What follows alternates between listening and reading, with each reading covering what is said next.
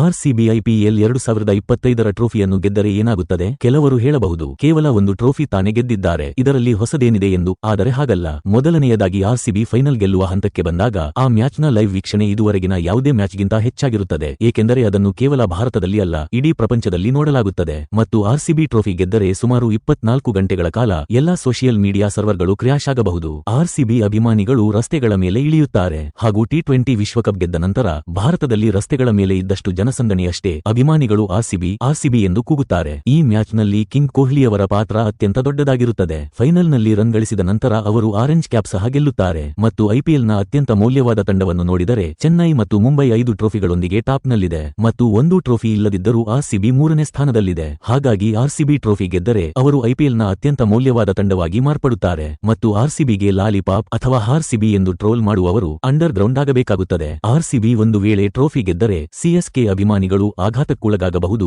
ಏಕೆಂದರೆ ಅವರೇ ಆರ್ಸಿಬಿಯನ್ನು ಹೆಚ್ಚು ಟ್ರೋಲ್ ಮಾಡುವುದು. ಸ್ನೇಹಿತರೆ, ನಿಮ್ಮ ಪ್ರಕಾರ ಈ ಬಾರಿಯಾದರೂ ಆರ್ಸಿಬಿ ಟ್ರೋಫಿ ಗೆಲ್ಲುತ್ತದೋ ಇಲ್ಲವೋ? ಎಸ್ ಅಥವಾ ನೋ ಎಂದು ಕಮೆಂಟ್ ಮಾಡುವ ಮೂಲಕ ನಿಮ್ಮ ಅಭಿಪ್ರಾಯವನ್ನು ತಿಳಿಸಿ.